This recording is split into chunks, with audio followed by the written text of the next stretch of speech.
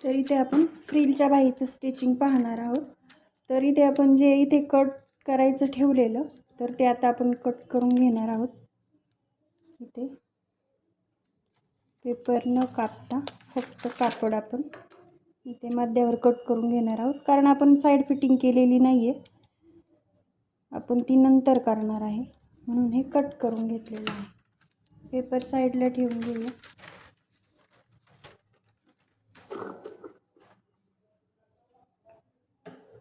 तर इथे ह्या दोन बाह्या आहेत. आतली बाजू ही सुलट आहे, तर दोन्ही सुलट भाग वर करून घेऊया. याचे हे वरती हे वरती. त्याचप्रमाणे जे आपण डबल फ्रिलचे कापड काढलेलं आहे त्याला देखील मध्यावर कट देऊन घेणार आहोत. त्याचं देखील इथे मध्य आहे, आपण पिना लावलेल्या तिथेच, तर तिथे कट देऊन घेऊया. तर इथे कट देऊन घ्यायचं अशा पद्धतीने. याचं देखील सुलट भाग वरती काढणार आहोत, या बाह्यांवर ठेवून घेणार आहोत.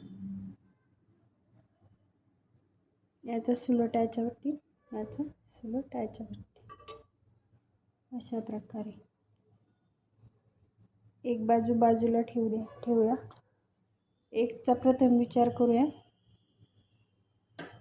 तर इथे आता आपण याला एकमेकावर स्टिच करून घ्यायचं आहे गोल आकारात प्रथम, आणि मग दोन्ही एकत्रच मिळून लावून टाकायचे आहेत आपण जे ब्लाऊज शिवलेलं आहे त्याला.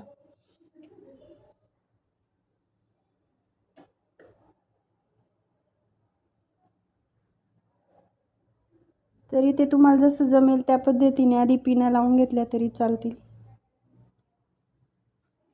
एक दोन ठिकाणी, म्हणजे पुन्हा टिप मारताना अडचण येणार नाही.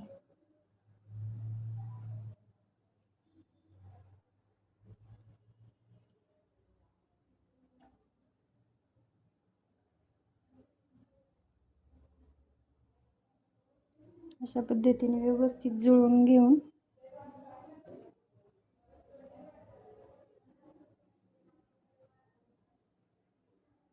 इथे देखील पिन लावून घ्या. आता हे दोन्ही भाग सुलट वरती आलेले आहेत, तर याला इथे टिप मारून घ्यायची आहे.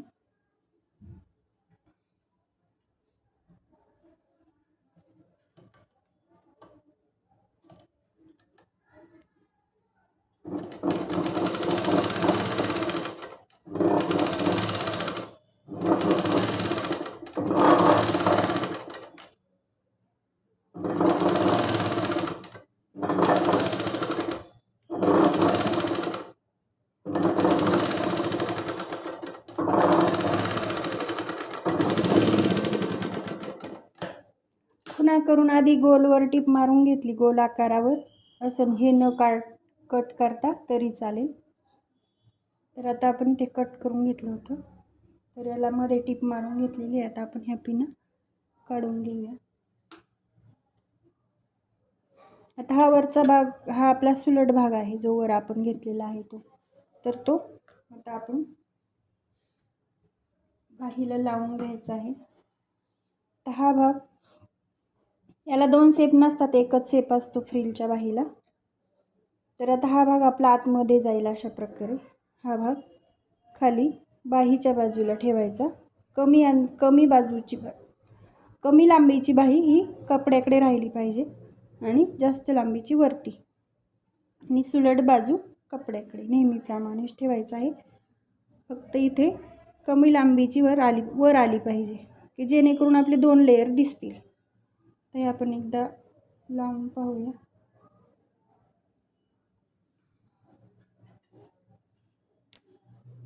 इथे याचं कापड असल्यामुळे हे होतं, टिपा ओढून घेतल्या येतात, तर त्या थोड्याशा आपण ढिल्या करून घेऊया.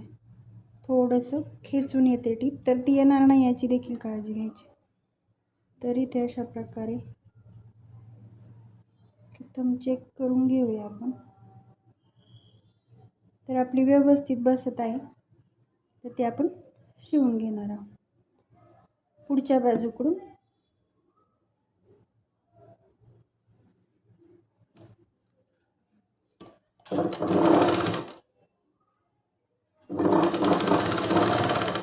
नेहमीप्रमाणे मार्जिन ठेवूनच शिवायचे आहे.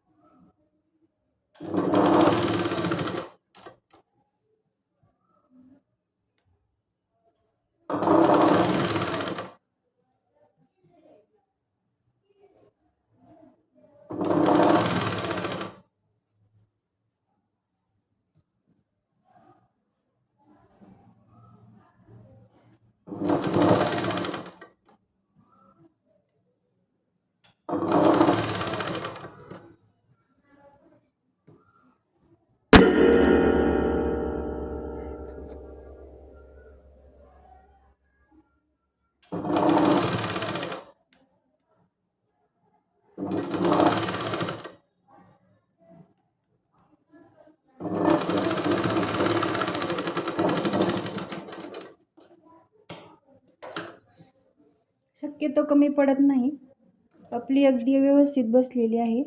जर पडलीच तर हे काय गोल आकारात कट केलेलं असतं. जर अगदी 1 इंचापर्यंतची समजा कमी पडलीच तर थोडीशी खेचून बाही पकडायची, कारण गोल आकारात होतं कापड, सहजरित्या थोडंसं ओढून धरलं जातं, धरता येतं आपल्याला. तर अशा प्रकारे याला आपण शिवून घेतलेलं आहे. आणि इथे अशी आपली डबल लेअरची बाही आपली तयार झालेली आहे. हा एक लेअर आणि हा एक लेअर. तर अशी याला डबल स्टिच करून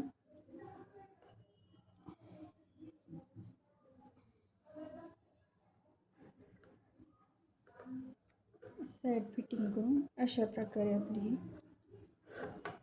अतिशय छान अशी डबल लेअरची बाही तयार झालेली आहे. अगदी छान अशी हा एक आणि हा एक लेअर तयार झालेला आहे. तर अतिशय छान अशी बसते, ती सुंदर. व्हिडिओ आवडल्यास नक्की लाईक करा आणि चॅनलला सबस्क्राईब करा. धन्यवाद.